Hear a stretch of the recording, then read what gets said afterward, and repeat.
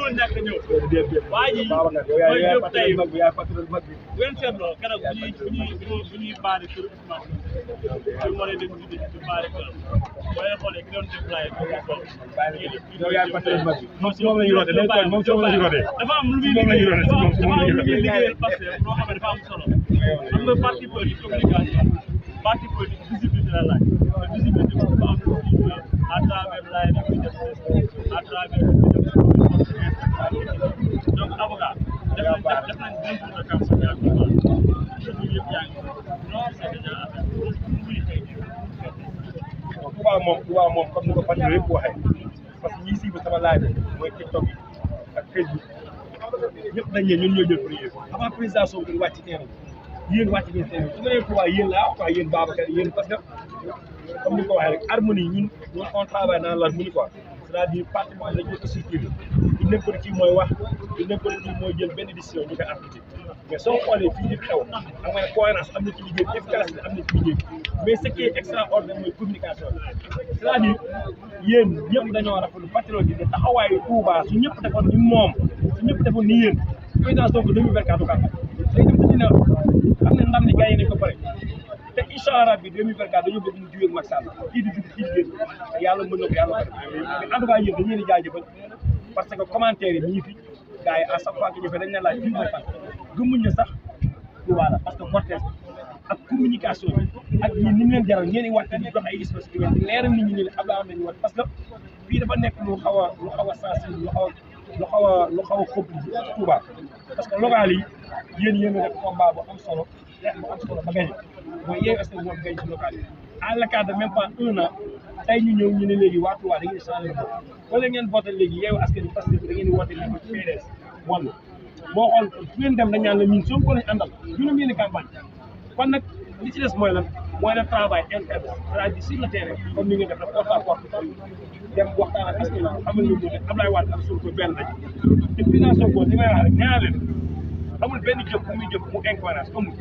parce que ci libre solution la boo xam ne personne politique da ngay xool parcours ak discours xool leen le hasard n'existe pas sëñ Mountakha Abdoulaye Wade bu ko mujjee si dana ko yow magu mbir mi président Sonko soit bi su ko déglu doon dañ naan président Sonko ay jëfam de cohérence parce que nee na Abdoulaye Wade papaam te Abdoulaye da ko conseillé dana ko dama am ci yow yaakaar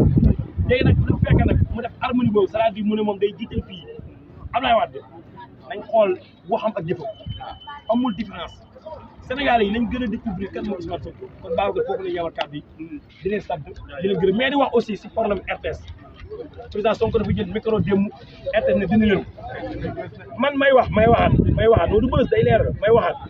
ma ne leen président Sonko encore une fois ak tam discours am ak jëfam du wuute dara du ci wuute lépp day conforme Serigne Abdou Lahad histoire lay fàttali Serigne Abdou Lahad dafa waxoon ne RTS gii moomu duñ ko gis suñu bopp ñun ay Sénégalais nañ ko yemale rajo ba ca Guinée wala rajo ba ca Gambie loolu Serigne Abdou Lahad waxoon daal ni Serigne Serigne Abdou Lahad su ngeen amatee lu ngeen wax yéeg leen fas comme ni mag yi daan def wala nga ñëw si rajo jumaa Touba ji barki dem Serigne Abdou Fatah mu Serigne Fallou daal ne RTS gisuñu seen bopp màggalu Serigne Fallou bu ci ñëw dégg nga baax li may wax Youssou Ndour en 2012 ñëw ne RTS moom micro am du ci wax mais léegi nag lan mooy coow li mooy président Sonko dafa jëf ji ma Abdoulaye wax def na ko Abdou Fatah Fall def na ko Youssou Ndour def ko Macky Sall ŋàññi RTS ba taay démb mu ŋàññi ko mais RTS c'est l'argent c'est notre c'est-à-dire du ma laaj RTS ñu ñoo ko moom suñu xaalis la l'argent du contribuable Sénégal suñu xaalis ñu ñoo ko moom mais suñu demee ba xam ne nii lépp lu Ousmane Sonko def du ci nekk du ko wane mais lu tax Macky Sall ak nguuram ak presse am def seen i jaay seen i dil ba génne Ousmane Sonko ci liste nationale bi xañ ko élection yi mais pourquoi ñu koy couvrir amul njariñ ko xam ne soo couvrir doo ko teg mais amul njariñ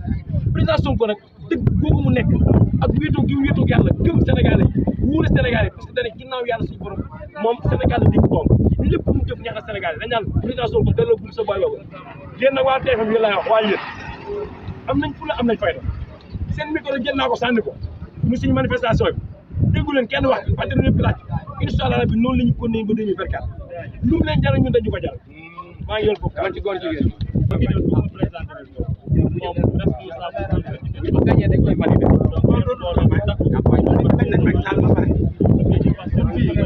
waaye leeral ko rek sa niveau ak seen niveau leeral ko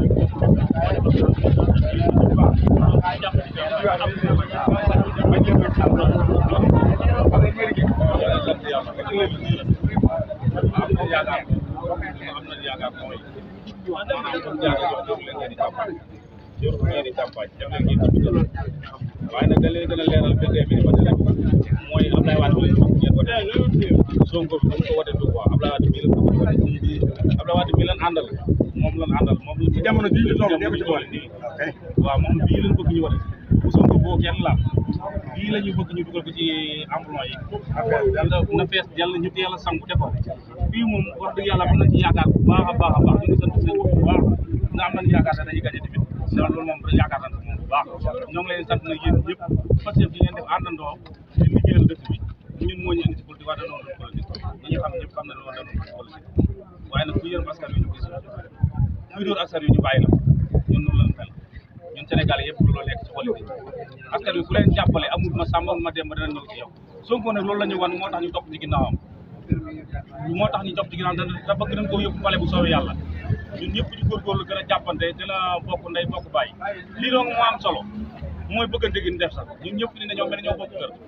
jaa ngeen jëf wasalaam jërë ngeen jëf gars yi kon ma bàyyi leen ngeen xool ambiance bi